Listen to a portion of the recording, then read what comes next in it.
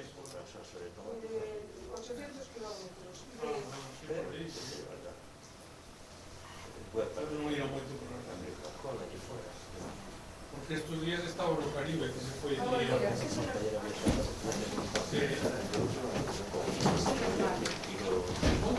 Ese hermano que es historiador. Isto me de Ahora te voy a enseñar.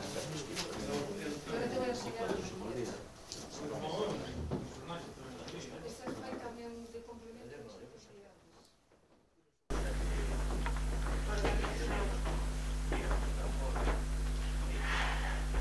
Ben, moi boa tarde.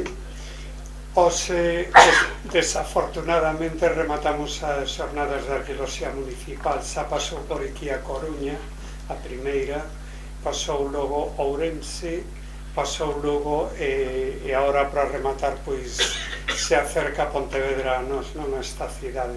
E o fai da man do seu arqueólogo municipal de Juan Castro Carrera. Juan Castro é licenciado en Xeografía e Historia na especialidade de Prehistoria e Arqueoloxía pola Universidade de Santiago de Compostela. É arqueólogo municipal dende o ano 2006, que ganou unha praza de nova creación, que ganou el, pero é ademais é un pouco especial porque ademais ten unha empresa de arqueoloxía que se chama Anta de Moura, que fai tanto intervencións arqueolóxicas como calquera tipo de xestión, de posta en valor, de estudios e de propostas sobre o patrimonio cultural en xeral. El conta con unha longa trayectoria de publicacións, de asistencia a congresos, de intervencións, pero vamos a tocar solamente, porque intentarei ser breve, toda aquela parte que ten máis que ver coa actividade urbana, coa actividade nas cidades. Ali, el, ainda que é arqueólogo municipal de Pontevedra, pero acometeu gran parte das intervencións no Areal de Vigo. Non sei se lle sonan as cabeceos do Areal onde apareceron as salinas, pero bueno, por moito é obra de Juan Castro.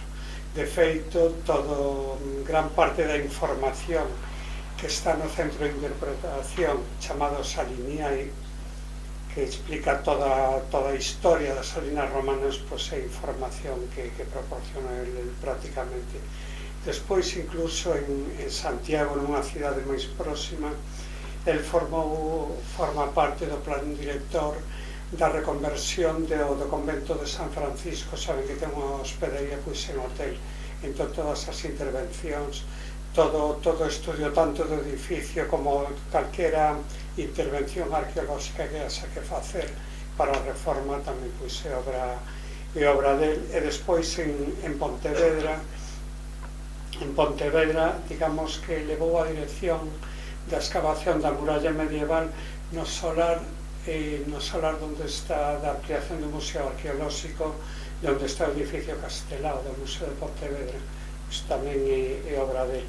E logo, dende a Unidade Municipal de Arqueoloxía, digamos que ele é o responsable pois de que todo se axuste tanto a normativa como de poñer as cautelas, como temos falado en outras conferencias, é dicir, de toda a xestión arqueolóxica fundamentalmente relacionadas co plan especial.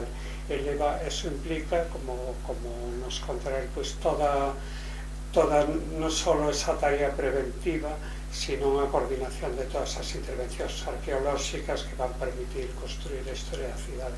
E sin máis, os deixo con Juan Castro.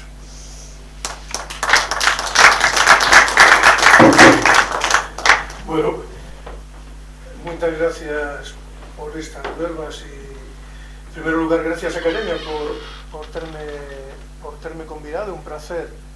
Non sei se mellor con micro, sin micro, vos diredes. Mellor con micro. Sí?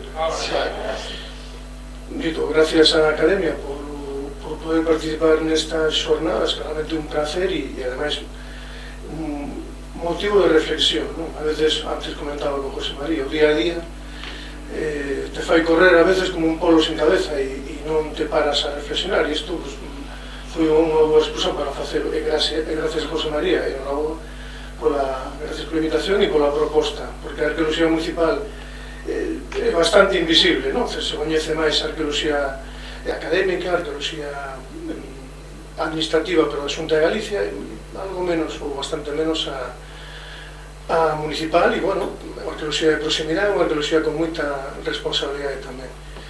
Antes de nada, me vas a permitir que cambie, que colla outras gafas, porque estas que son de... Así. Vale. Bueno, vou tratar de contarvos un pouco a chegada da arqueoloxía municipal a Pontevedra e un pouco tamén que significou, que significa, en que medida hai arqueoloxía, por que hai arqueoloxía municipal e tamén por que e para que, non? Realmente, eu supoño que despois da intervención, as preguntas que querades facer, pois vais a ter un pouco unha idea máis clara de si con un profesional, con un arqueólogo na plantilla, en calquera plantilla municipal, se poden acometer cousas que non se terían acometido se non estuvera ese profesional. Non hai ningún tipo de dúbida, non? Chamella a esta intervención o longo camiño da normalización, e a ilustro con esta imaxe que vamos a volver agora enseguida cara a ela. E vamos a empezar, vamos a facer un pouco unha pequena liña do tempo que é necesaria desde o meu punto de vista.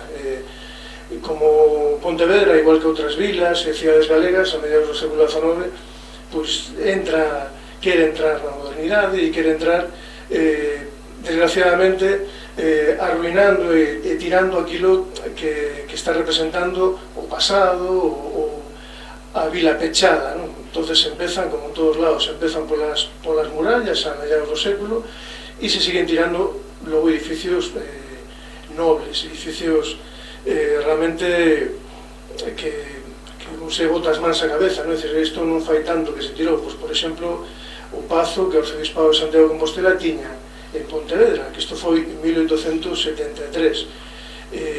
O promotor desa demolición foi o propio Concello. E depois no 1895 se declara Monumento Nacional o que quedaba do convento de San Domingos, que era a cabeceira da igrexa, unha cabeceira magnífica, gótica, e se conservou fundamentalmente porque naquel panorama pouco preocupado por vestigios do pasado, había algunhas persoas, fundamentalmente unha delas, Casto San Pedro, que impulsaron a protección e a conservación. O Concello intentou varias veces que se completara a demolición da cabeceira da igrexa para ampliar, en primeira instancia, o campo da feira e logo, o edificio que vades a ver agora, e finalmente, conseguiron esas persoas conservar o que queda desa igrexa de San Domingos. Nesa situación se creou un ano antes da declaración a Sociedade Arqueológica de Pontevedra, que logo foi tamén un pouco o xérmolo da futura fundación, 1827, do Museo de Pontevedra. O propio Casto San Pedro foi o primeiro director desta institución. No ano 1951 se declara o Centro Histórico Conxunto Histórico Artístico. Poño aquí posteriormente coa Lei de Patrimonio Histórico Español, a disposición adicional primeira, pasa a ser ben de interés cultural este conxunto. Que ocorre nese momento? Que realmente o que se está protexendo é a arquitectura, e está moi ben, pero non se está protexendo o subsolo, co cual non houve ningún tipo de cautela ni nada, e seguiu igual que antes. Ademais, por desgracia, a protección foi, como era habitual, do conxunto intramuros, quedou desprotegido completamente o arrabal da Moureira, o arrabal mariñeiro, que é fundamental para entender a historia de Pontevedra, sobre todo no medievo, non? E agora casi non queda, por desgracia, nada del. Logo, no ano 90, entra en vigor o Plan Xeral e uns anos despois o catálogo definitivo do Plan Xeral. E ese Plan Xeral tivo unha incidencia relativa, é dicir, con algunhas intervencións privadas, pero curiosamente as intervencións en espacio público seguiron sin ningún tipo de cautela arqueolóxica. E foi o ano 99 cando houve un primeiro punto de inflexión considerable, co inicio da reforma urbana e o plan Urban. unhas obras, unha vez no centro da cidade, na Praza da Peregrina, en Michelena, pues, se iniciaron sin a autorización preceptiva da Delegación Territorial de Cultura, sin control arqueolóxico tampouco, se montou unha boa festa nos medios de comunicación e finalmente a Delegación Provincial paralizou as obras. Se fixo logo unha excavación na Praza de Ourense, no Paseo Antonio de Rozolo, bueno, esa a dirixín eu, e se confirmou, bueno, que apareceron restos, non? Entre eles a porta de Trabancas, a porta da Peregrina, da muralla medieval. E o segundo punto de inflexión, xa definitivo, foi a entrada en vigor no ano 2003 do Plan Especial de Conservación do Conxunto Histórico, o PEPRICA. O PEPRICA obriga a unha serie de cautelas e, ademais, obriga tamén a que se conte coa figura do arqueólogo municipal, que ten que informar. Non hai posibilidade de que se obteña unha licencia municipal para unha reforma se non hai un informe previo, aínda que logo vai haber un informe final, definitivo, da Consellería de Cultura da Xunta de Galicia. Obriga a ter arqueólogo e por eso no ano 2006 se convoca esa praza e pues, tiven o placer de sacar a oposición e, bueno, pues, ser nese concello ser o primeiro arqueólogo municipal, con outros compañeros en outros concellos de Galicia. Isto é un percorrido longo, pero que quería ensinarvos é que pasaron moitas cousas en Pontevedra. Hai unha institución de moito peso como é o Museo de Pontevedra e a pesar de eso non houve cautelas arqueolóxicas hasta hai 2 días, como quen di. E neste lapso pues, pasaron cousas como, bueno, que reflexa de forma dramática esta imaxe, ¿no? Esta cabeceira magnífica da igrexa de San Domingos, co edificio, de principios tamén, un edificio moi interesante que é do Instituto de Ensino Secundario Valle Inclán, que está ocupando esa parcela. Bueno, pues isto quedou pues, por moi pouco. Ben, rapidamente vamos a contextualizar para os que non coñezades un pouco a fonda arraigame de Pontevedra e a súa prolongada historia, e esta imaxe me pareceu que podía ser interesante para que vos situedes. Bueno, Ría de Vigo, Ría de Pontevedra, aquí está Pontevedra, e aquí está a desembocadura do río Miño, aquí está Tui. E se vos fixades, aquí é, bueno, o que se coñece como a depresión meridiana, esta zona de paso, esta vía natural, por onde transcurre a Nacional, o Camiño Portugués de Santiago, a autoestrada, e, bueno, é unha vía de comunicación de primeira orde. E que ocorre con Pontevedra? Pois Pontevedra está nunha crucillada de vías de comunicación terrestre e marítima. Por eso Pontevedra nace en época romana, non hai nada anterior, e por eso Pontevedra tamén renace no medievo, ¿no? Por esa situación privilexiada que probablemente quedaba reflexada nesta imaxe de finais do século XVI, coa ponte do Burgo, que era naquele momento a única ponte e por onde transitaba o Camiño Portugués. Supostamente había outra ponte nas inmediacións por la que pasaba a vía romana 19. Polo centro histórico, esta é a traza actual do camiño que vai do Camiño Portugués a Santiago, e esta é pues, unha traza hipotética de por onde podía ir esa vía romana 19. Ben, as intervencións arqueolóxicas que se desenvolveron a partir do ano 99, que foi ese primeiro punto de inflexión que antes vos decía, pero sobre todo a partir de 2001, 2002, 2003, xa coa entrada en vigor do plan especial, tiveron como motor a reforma urbana, unha reforma inicialmente impulsada polo Plan Urban, fondos europeos, e que logo continuou con outros financiamentos, ¿no?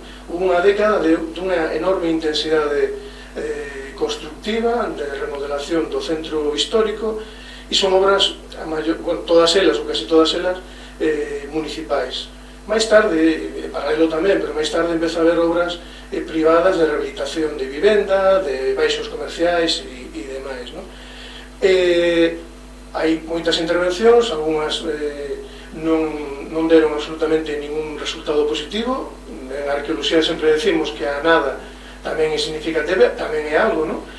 E outras deron resultados notables, non? Realmente hubo algunhas intervencións que atoparon vestixios con unha entidade, con unha significación e con un potencial didáctico que facía falta e merecía a pena expoñelos, non só documentalos e volver a tapalos, non? E, bueno, o que vai ocorrendo nestes anos é que cada vez, nesta primeira década, hai un coñecemento máis detallado do subsolo da cidade, da fertilidade arqueolóxica en según que zonas. Eu agora vos vou comentar, vos vou traer un repaso máis ou menos rápido a aquelas intervencións máis significativas. Non me vou parar nas intervencións pequenas, que houve moitas tamén, sondaxes, controles, alguna excavación, que tamén aportaron, como digo, información, tanto na rehabilitación de edificios bueno, de certo interese, como daqueles edificios de máis interese, como o Pazo de Mugarti, a Casa das Campás e algúns outros que hai na cidade. Claro, como arqueólogo municipal, a miña función nos proxectos municipais, diseñar o proxecto, coordinar as intervencións, propoñer tamén e coordinar as actuacións de posta en valor, de musealización, a nivel de intervencións privadas, de calquera persona que solicite unha licencia, pois determinar o tipo de intervención, logo facer un seguimento ás intervencións, formar todos esos expedientes, e logo tamén unha cousa que a veces acarrea alguna mala cara, que temos que velar tamén pola calidade do traballo. Ainda que, por desgracia, en Galicia non hai un decreto, uns protocolos ben establecidos cos mínimos en canto a registro e demais, sí que se pode e se debe ademais intervir nese sentido, e, bueno, pues, efectivamente, a veces non gusta, pero é traballo e hai que facelo. Despois tamén o mantemento, unha cousa que sale pouco nas fotos, pero é fundamental, desde logo, non? E despois, bueno, no meu caso tamén actúo non só como arqueólogo municipal, sino tamén, podemos decir, como técnico de patrimonio cultural en cuestións varias, pero quizáis a que máis tempo me leva é a restauración dos cruceiros, non? Que, por desgracia, pues, bueno, de vez en cando hai algún incidente. Empezamos pola muralla, a muralla que se conserva en algún tramo e que houve distintas intervencións que permitiu avanzar no coñecemento da traza da muralla, cando menos da traza coñecida, e valorar, pues, distintas hipóteses que houve, pues, durante anos sobre distintos recintos amurallados e ampliación destes recintos, ¿no? Esas distintas hipótesis non se veron confirmados e se ten excavado moito, e realmente o que vedes aquí, esta línea vermella, que máis ou menos coincide co perímetro do conxunto histórico, é a traza de a muralla medieval que se coñece ben a finais do século XV. Non hai datos como para poder concretar se hai algún recinto anterior ou non. Desde logo, non apareceu nada. Distintos puntos, tanto en obras privadas como obras públicas, se foron aparecendo, pues, vestigios da muralla. Por exemplo, isto é a Basílica de Santa María e este é o que se coñece como Campiño de Santa María. Bueno, no Campiño se realizou unha reforma bastante considerable, moi considerable, e apareceu, pues, un bo tramo da muralla medieval. Apareceu nun estado de conservación irregular, en algúns puntos ata 4 metros de altura, noutros non, pero apareceu con esta imaxe que vedes aquí. Falta moito do paramento exterior, e falta moito do paramento exterior porque é o sitio máis accesible para chegar cos carros e levarse a pedra cando as murallas empezaron a demoler e a vender esa pedra, non? Este é un tramo de muralla que, bueno, esta é unha intervención que dirixín eu, e unha excavación do que hoxe en día o solar, que hoxe en día ocupa o edificio Castelao do Museo de Pontevedra, o último edificio que se incorporou ao conxunto. Antes foi fogar provincial e antes todavía Horta dos Jesuitas, que, como sabedes, teñen ali colexio e tamén unha igrexa, e anteriormente, pues, hortas de algunhas vivendas. Un bo tramo de muralla, bastante bo estado de conservación, pero, bueno, moi interesante, sobre todo, a zona de paso exterior a muralla, bañada polo río nas pleamares, por suposto, e a zona interior, limitando, como vedes aquí con este cordón, a zona de horta, da horta dos jesuitas. Hoxe en día, se a vades visitar, atoparedes isto, un edificio e un foso, que agora mesmo non é transitable, pero un foso onde está a muralla, unha parte da muralla e outra parte que está no interior xunto con unha forxa que tamén documentamos ali. Aquí estamos neste ángulo, nesta zona noroeste, non? Esta quizás foi a intervención máis potente, máis significativa e con resultados máis, vamos a decir, espectaculares, non? Esta é a cabeceira sur da ponte do Burgo, a ponte que víades antes nese dibuixo de finais do século XVI e unha ponte de origen no século XII, unha ponte con unha longuísima historia e aquí está a historia de Pontevedra unida íntimamente.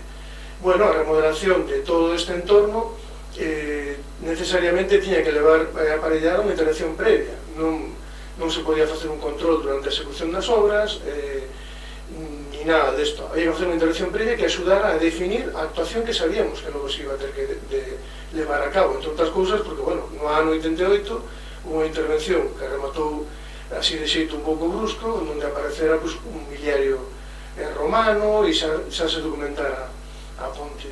Entón, se fixo unha primeira campaña de sondaxes, as sondaxes axudaron a concretar o ámbito de vestixios arqueolóxicos e, bueno, o interesante e o sorprendente foi o bo estado de conservación e depois a superposición, non? A cidade histórica, como sabemos, é un continuo, non? De distintas cidades que se van superpoñendo unhas a outras e neste borde litoral, neste borde do río Lérez de Pontevedra é o sitio onde mellor reflexado queda isto. Aquí tedes unha imaxe da excavación xa prácticamente rematada aquí á dereita, o río á esquerda, todo isto en obras. Ben, que apareceu aquí?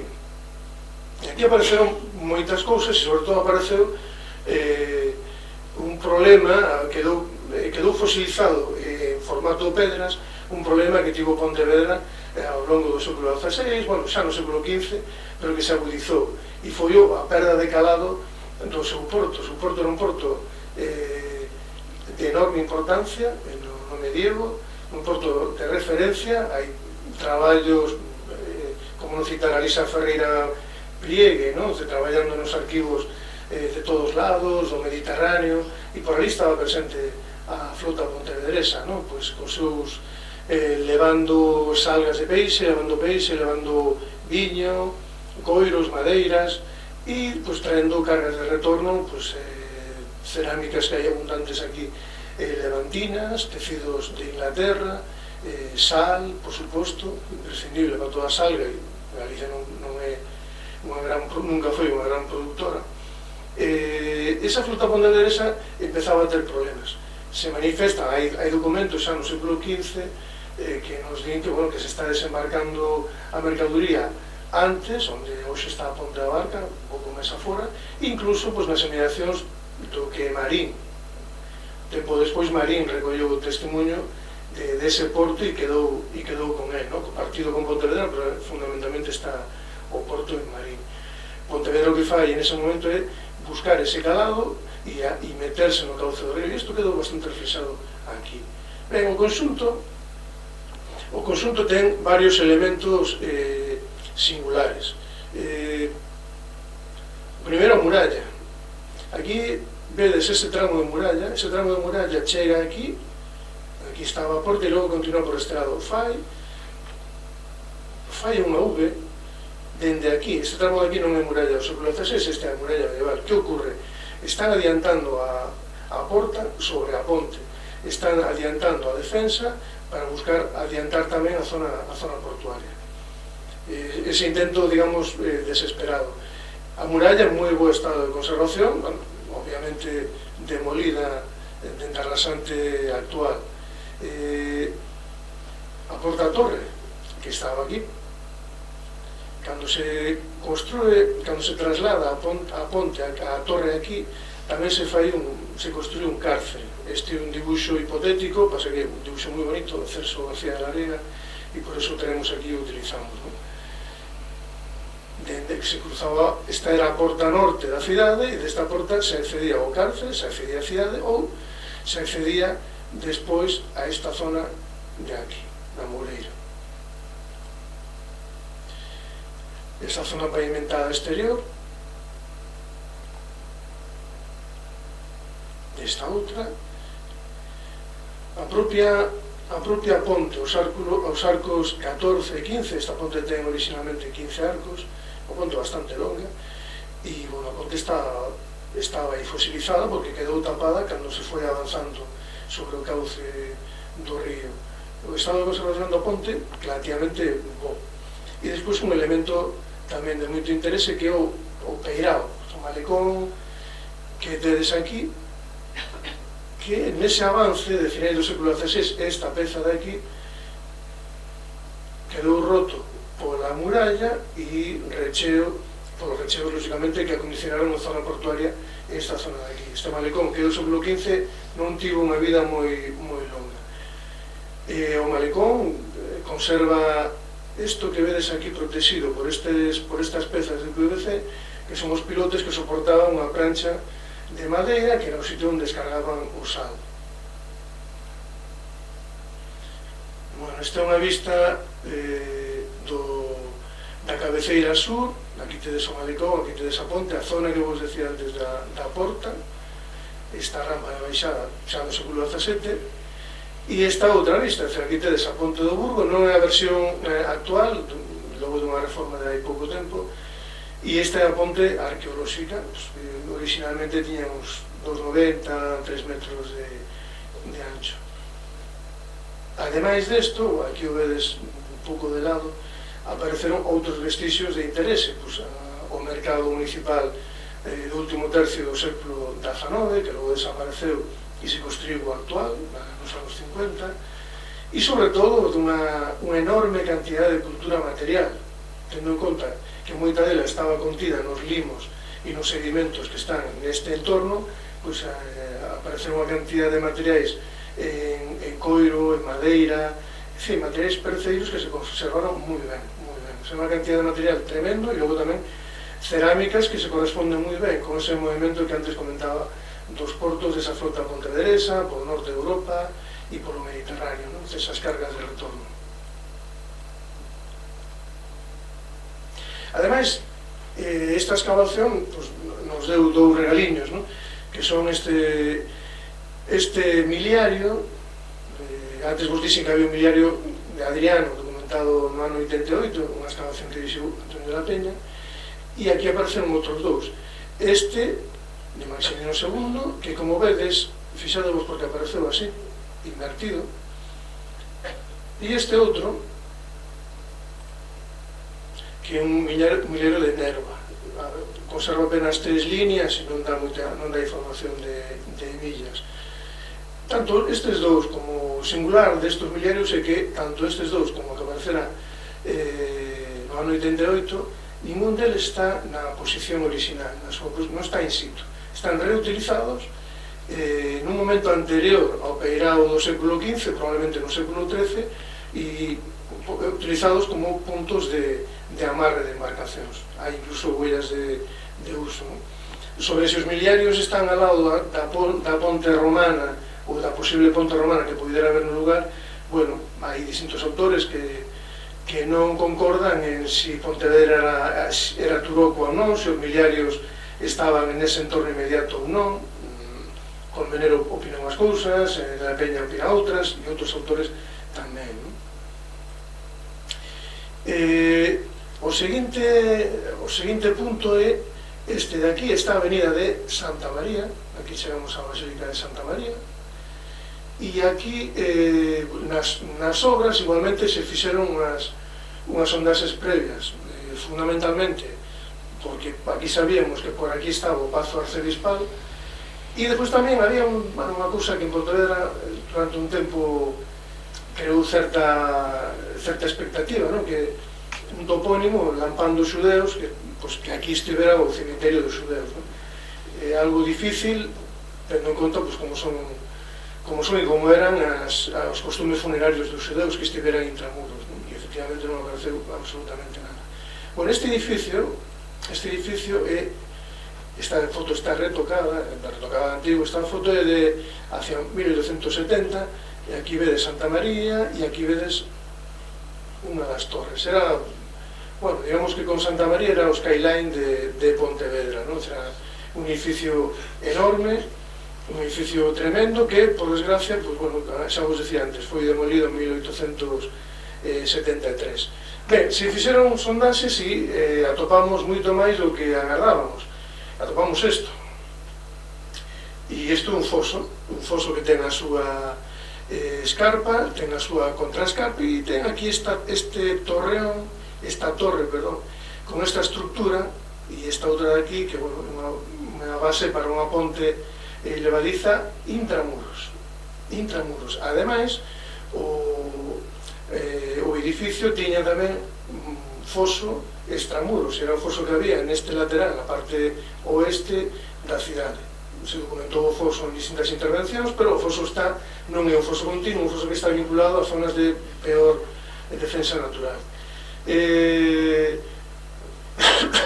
Como digo, isto é a día de hoxe o que queda do Pazo Arcedispal, un edificio realmente tremendo.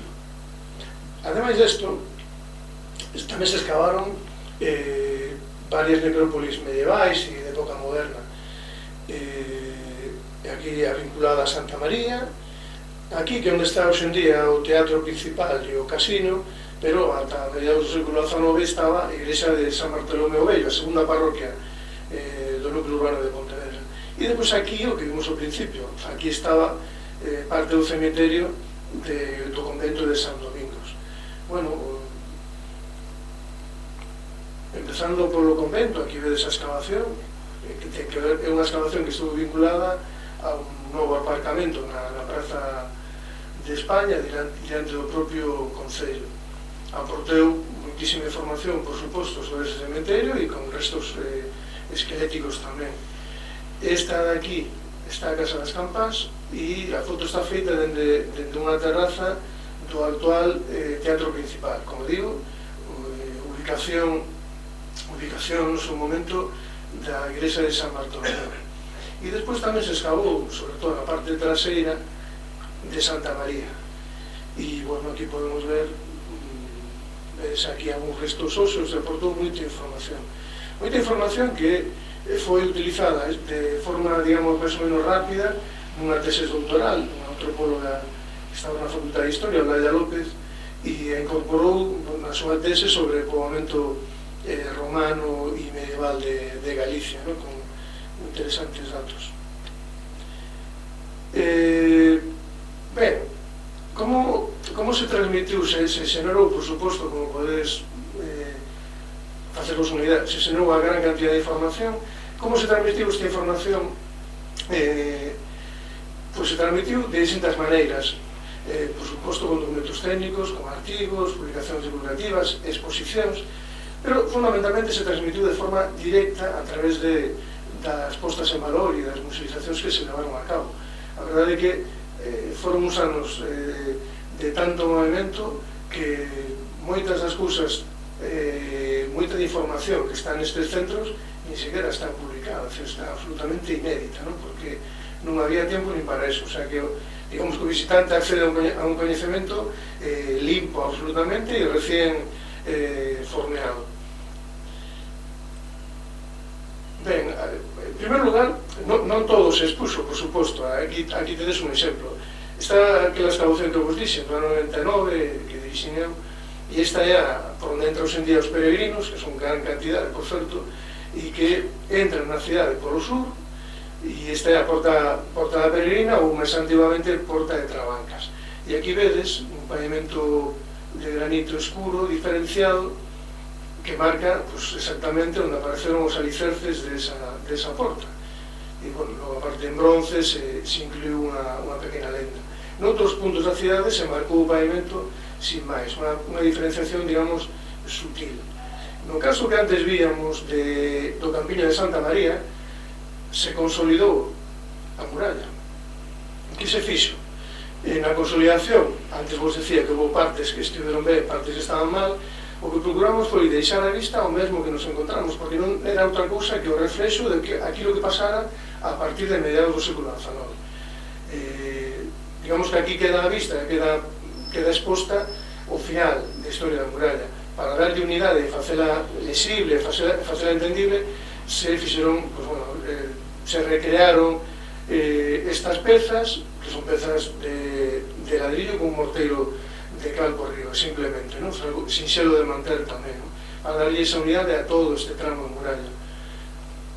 Ademais, aquí de Santa María, aquí vedes outro bueno, a continuación do tramo, e aquí arriba quedou consolidado tamén e exposta unha das casas fortes que había na cidade, neste caso as do Montenegro, unha das familias nobiliarias ben coñecidas de Pontevedra.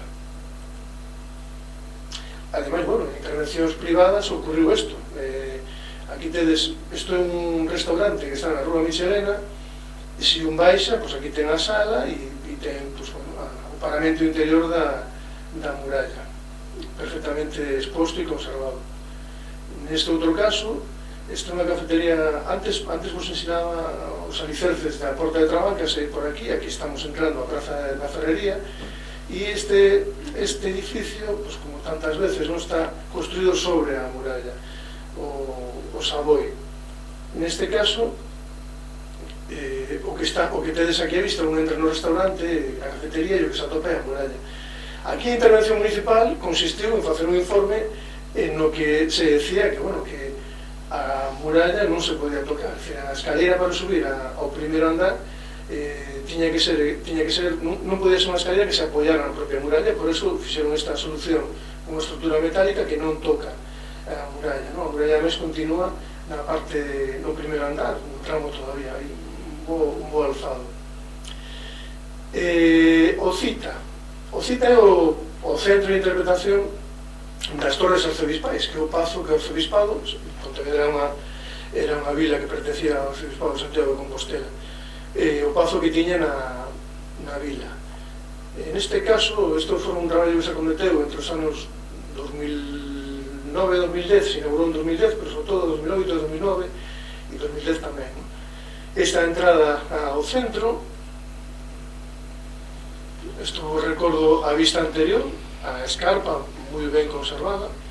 Isto onde está agora mesmo turismo da Diputación de Pontevedra, o Pazo das Mendoza, que é un edificio de principios de finais do século XIX.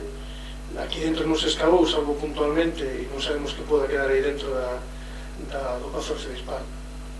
E este é o aspecto que ten, se non o visitaxedes, bueno, aquí desa escarpa, contra escarpa, uns proxectis de trabuco que colocamos aquí e algunhas pezas. Aquí o que se intentou foi que a arquitectura desaparecera, o negro é para que o protagonismo teña o vestigio arqueolóxico e incluso, pues, con esta pasarela para non tocar esta zona de aquí, está excavada e bueno, tal cual apareceu o fondo do foso, deste foso intramuros. Ademais, bueno, este traballo supuxo ter que interpretar como era esa fortaleza. A ver que foi un traballo moi bonito, pero moi intenso, levou moito traballo, un grupo multidisciplinar tamén para poder reconstruir a esa fortaleza con todos os datos que había. E había bastante información, pero incluso chegamos a utilizar, bueno, por suposto, utilizamos o pleito de Tavera Fonseca e algún pleito posterior que tivemos acceso gracias ao CSIC, que ainda estaba sin publicar, para poder chegar a facer unha descripción e plasmala de distintas maneiras. Este é unha infografía de Pontevedra nese momento, a cidade amurallada e a Moureira, que como vedes era un arrabal enorme tamén, non? E o paso do camiño cara ao norte, camiño portugués e máis. Esta é unha reconstrucción infográfica con ese foso intramuros, as torres, aí incluso desta torre hai unha fotografía todavía de pouco antes da demolición. E despois quixemos tamén facer unha reconstrucción en maqueta, entre outras cousas, para que os invidentes se pudieran tocar, pero a maqueta sigue sendo un recurso interpretativo moi interesante. Aquí vedes, isto é o que o visitante chega e ve isto, aquí os restos desta torre, ve a escarpa e, bueno, deste lado aquí ve a contraescarpa. E, bueno, así conseguimos pasar de esta imaxe da excavación a esta outra imaxe xa do centro en funcionamento. Finalmente, un proxecto que quedou sin executar, que era o Museo de Historia da Cidade, e, por suposto, tiña que ser na excavación da Ponte do Burgo. Foi un conxunto, bueno, que podemos decir que o cerne, o nacemento de Pontevedra está aquí, está fosilizado aquí, e a necesidade do museo, ou a conveniencia, diríamos, máis ben, do museo, tiña estas, digamos, ambicionaba ser unha institución que centralizara a xestión patrimonial, particularmente arqueolóxica en Pontevedra, que fora tamén ese centro que permitira aglutinar a investigación e a difusión de toda a información que se estaba aglutinando, permitira tamén a integración de outros elementos en rede o conxunto de Campiño de Santa María, o propio CITA. O CITA se fixo pensando en que se iba a chegar a facer un museo de historia da cidade, que realmente era un centro que colgaba dese museo principal.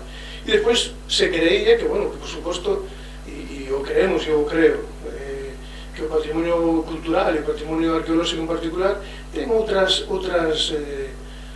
beneficios, por decir así, non só o feito de conservalo e mantelo e cumplir ese compromiso, non só o retorno que poda ter económico a vía turistas e demais, senón tamén aquilo que ten que ver co social, co autoestima tamén dun pobo e dunha cidade.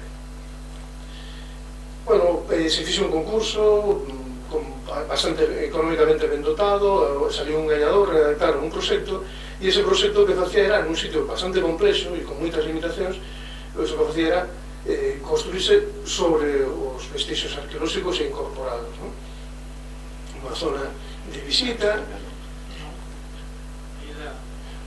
unhas zonas de exposición vinculadas aos vestixios e depois tamén de temporais, a propia ponte.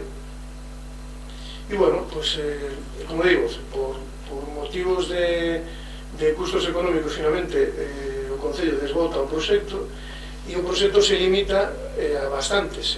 No ano 2013 se tapa todo o conxunto de Viche de Santis e se deixan, eso sí, as tres pezas fundamentais, o malecón, a ponte do século XII, o malecón do século XV e a muralla os alicerces da porta xa de finais do século XVI. Hoxe en día estamos traballando e xa prácticamente co proxecto rematado na consolidación da Ponte do Burgo, que leva demasiados anos con apeos e demais, e despois tamén unha reformulación do CITA. Como decía, o CITA se pensou colgando do Museo de Historia, ese Museo de Historia non se leva adiante, entonces se lle dá unha volta ao CITA, e o que se falle que o CITA vai a ser un centro de interpretación da vida medieval, que é un momento baixo medievo, incluso estirando hasta o século XVI, un momento de maior intensidade desde todos os puntos de vista de Pontevedra, constructiva, comercial, económica, de poboación, de moito que contar nese momento, nesas décadas. O centro o que vai a facilitar vai a cambiar un pouco a información que se dá para que cubra todo este arco cronolóxico. Igualmente vai seguir falando do mundo romano, onde nace a cidade. Mundo romano que, bueno, despois das intervencións que se levan realizado ata agora, se está quedando en moi pouco, se está quedando probablemente nunha pequena manxo a bordo da vía 19, sin máis, isto que, contra outras teorías que houve no seu momento, incluso en un gran campamento romano, nada desto se corresponde coa realidade arqueolóxica. E como decía, o CIBIN o que vai a permitir ao visitante ter nese centro de interpretación que agora do Pazo Arzobispal, por suposto, entender o que era o Pazo Arzobispal, entender o que iso significaba, e depois tamén ter acceso a información sobre que pasaba en Pontevedra neses séculos. E logo tamén o epílogo e o que ocorreu a posteriori. O visitante vai ter a opción, ben de forma autónoma ou ben con unha visita guiada, de acercarse aos outros dos consultos arqueolóxicos. Un vai ser o do Campiño de Santa María, ao lado da Basílica, e outro o da Ponte do Burgo, unha vez consolidada a ponte arqueolóxica, e, bueno, cando se fan as reformas necesarias tamén no valado de peche e na información que se aporta. Vou ir concluindo, non me quero alongar. Entonces, hubo, como foi esta exposición moi rápida, non sei si vos fixen consciente da densidade que hubo, sobre todo nos primeiros anos. Realmente foi unha cantidad de intervencións e votacións tremenda. Dende a Unidade Municipal de Arqueoloxía, o que se fai agora, sin esa enorme cantidad de obra, porque a reforma urbana continúa logo fora do centro histórico e con outro tipo de cautelas, en algúns casos sin ningún tipo de cautela arqueolóxica. O que estamos é reformulando o que vos dicía antes, ¿no? O sea, a exposición daquilo que temos musealizado e que estamos dando unha volta. Pero en paralelo, por suposto, a xestión urbanística, a xestión de licencias, informes e demais, o mantemento, elemento fundamental. Aquí me centrei nos elementos que están no centro histórico, que por outra parte é certo que son a maioría, pero bueno, logo hai alguna outra intervención, pues, Castro das Croas, o Grifo da Tomba, algunhas outras intervencións no resto do termo municipal. E agora estamos traballando tamén, casi rematando, con unha peza dunha enorme importancia, que é o catálogo. Se vai a tramitar unha modificación puntual do plan xeral, un plan xeral bello, un plan xeral do ano 88-89, como decía antes, que entrou en vigor no ano 90, e que tiña e ten un catálogo máis arquitectónico, por decirlo así, ¿no? Hai moitas vivendas, tanto no núcleo urbano como no rural, iglesias, por suposto, e demais, pero logo o catálogo adolece, na parte arqueolóxica, podemos dicir que ten bastantes acementos, pero na parte etnolóxica é moi frouxo. Entón, agora se está traballando nese catálogo, prácticamente está rematado, e, bueno, hai que pensar que o catálogo, un bo catálogo, cos xacementos ben localizados e cos contornos de protección ben definidos, isto é importante, non un círculo, non un elemento xeométrico, é fundamental para a mellor conservación, para a mellor xestión desas cautelas. E vos poño un exemplo. O catálogo do plan xeral que está en vigor no ano 90 ten un radio de protección que debe ser récord en Galicia. Non coñezo outro concello que teña 500 metros de radio de protección. Claro, é un círculo, ¿no? Si ese radio de protección se aplicara a rajatabla, pues prácticamente todo o termo municipal quedaría cautelado. Que ocurriu? Pues o exceso inicialmente se pasou a 200 metros e logo da entrada en vigor da lei de patrimonio actual, a lei do ano 2016, a lei galega, se pasou aos contornos de protección subsidiarios, que nos entornos urbanos e urbanizables pasa a solamente 50 metros, e iso, no caso do núcleo urbano de Pontevedra, pues, é un problema. De feito, a Moreira, que está completamente desprotexida, se vai a incorporar. Este, para mí, é dos traballos máis importantes agora mesmo. É un traballo que leva varios anos en desenvolvemento. Logo, bueno, paralelo, por suposto, outras actuacións municipais que siguen en marcha, a xestión do CITA, e a parte etnolóxica que dá máis traballo é dos cruceiros, porque de vez en cando cae algún e hai que traballar en isto. Traballo de coordinación, traballo con restauradores, por suposto.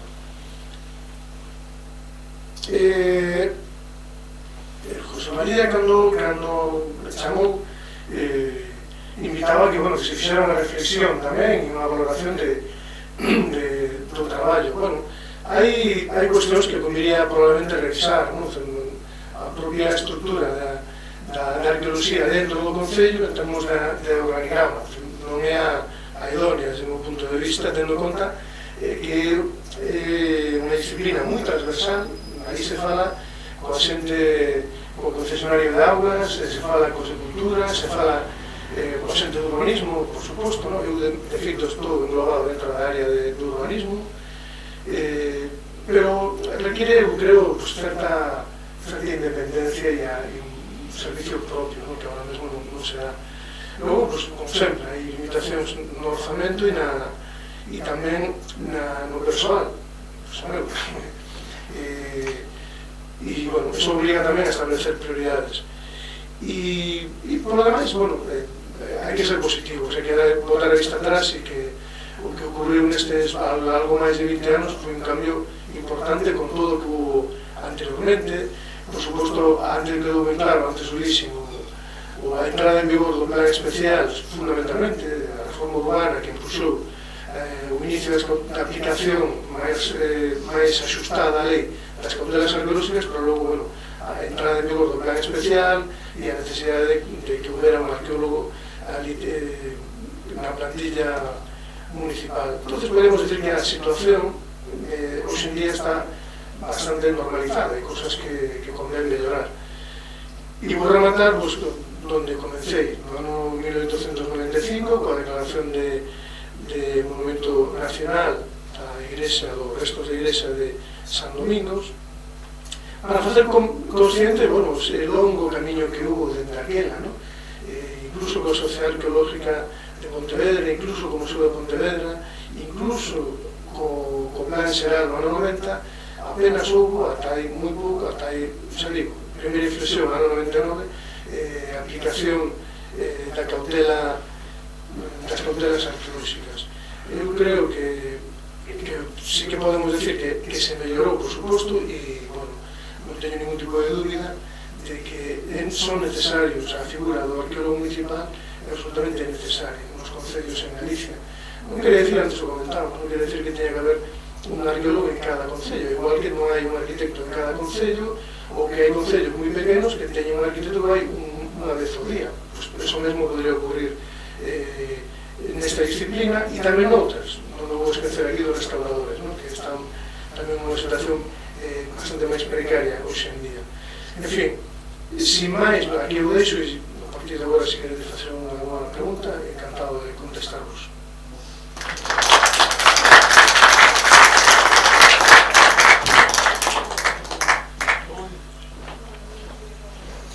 Permitideme solo dúas frases. Ahora que pasamos por 4 cidades, por 4 modelos, pero vedes que hai algo en común. Vostedes teñen diante agora mesmo 2 funcionarios, porque somos funcionarios, pero é quero dicir, antes de nada somos arqueólogos, e creo que sí é verdade que dende que empezou a funcionar a arqueoloxía municipal coñecemos as cidades moito mellor do que as conocíamos antes.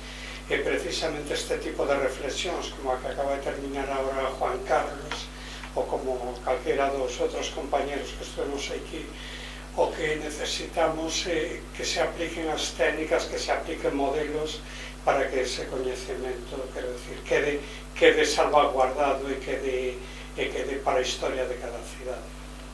E sin máis, disparen vostedes. Hola, moi interesante a charla. Eu quería facer 2 ou 3 preguntas nada máis. A primeira é no Museo de Pontevedra que aparece a Ponte de Lugo con 2 torres. Unha desas torres é a que se encontrou na cabeza de que falaba de pegada a muralla, digamos. Sí, sí. Esa sería unha das torres. Esa é unha delas porque a porta anterior non temos datos dela, nin hai tampouco información gráfica dela. Esta é unha porta que se construiu a finais do século XVI, e si é esa. Da anterior... De outro lado da ponte había tamén outra torre? Sí, había outra torre porta que desapareceu tamén, sí. Bueno, outro tema é se hai algunha imaxen do porto antigo. Eu sempre pensei que o porto que estaba casi onde está o viaduto da autopista, non? O sea, onde está o porto hoxe, pero porque dis estaba pegada a Ponte de Lugo. Sí, é que este é un deses portos antigos, como o que houbo en Padrón, como o que houbo en Noia, non? Son estes portos de fondo de ría que quedaron ocultos. Realmente un porto arqueolóxico, algún máis hai por aí, pero en En Galicia creo que non hai ningún, creo que o único é este, non? Un porto arqueolóxico, porque as cidades se botan en riba e tamén se botan en riba os sedimentos dos ríos e demais. E estaba ali.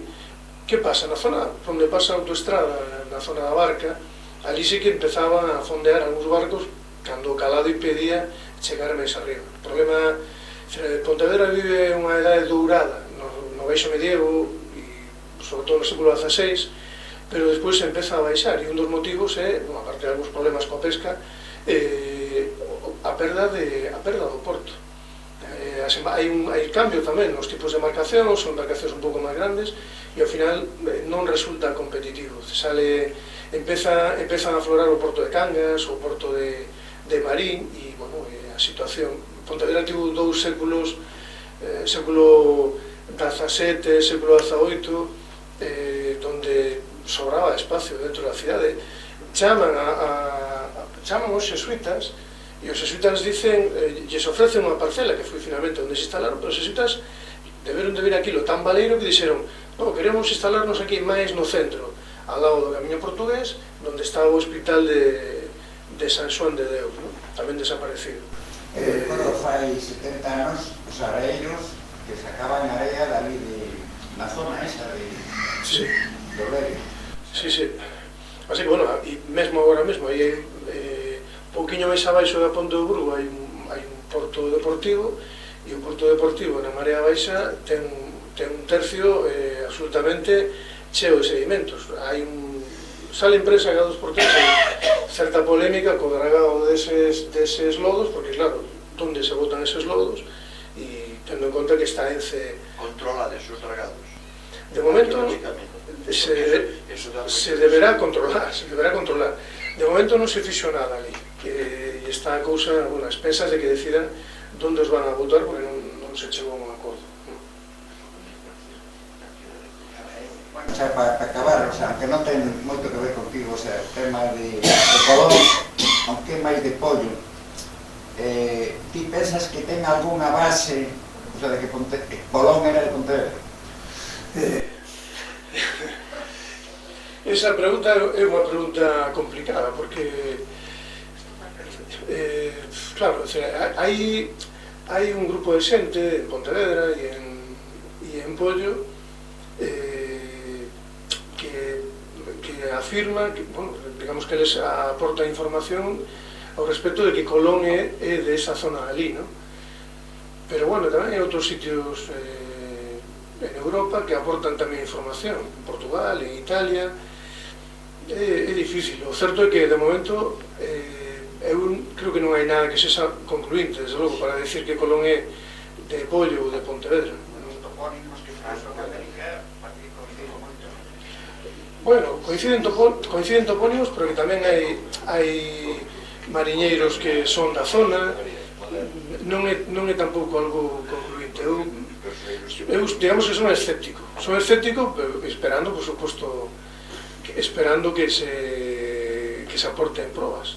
Últimamente houve aí uns estudios antropolóxicos, datacións e tal, de momento non hai resultados. De Santa María? Se dice que se fixo nuns asteleiros que había, que sí que se sabe que había, un poquinho augas abaixo da Ponte do Burgo. Non é tampouco un dato confirmado. Non está como. Non, 100% non. Vale, decir que pero non hai unha documentación que sexa, digamos, concluída. Bueno, xa para rematar, ti pensas que José Filgueira Valverde influiu moito na parte arqueolóxica de Pontevedra? Bueno, sí, na medida en que tuvo que ver en que se conservara o conxunto histórico, en que se declarara o conxunto histórico o centro histórico de Pontevedra, e depois tamén, pues, bueno, na promoción, xestión do Museo de Pontevedra, ¿no? O que pasa é que o Museo de Pontevedra, a súa proxección non foi tanto no centro histórico de Pontevedra, sino como en toda Galicia, en realidad, non sei, antes o comentábamos, ¿no? E era algo que o director, non, iba a decir o anterior director, non, o anterior director foi Manolo Rei, o anterior Carlos Valle, é algo que a él escoitei moitas veces, ¿no? Que o museo debería de ser un museo de historia de Galicia, ¿no? O sea, o Museo Profondos tamén, non? Certo, académico desta academia, Carlos Valle tamén. Pois mira, nada. Mais nada, bueno, pues moitísimas gracias a todos. A ver se podemos outro ano pues, continuar con outras cidades seguidas. Moitísimas gracias.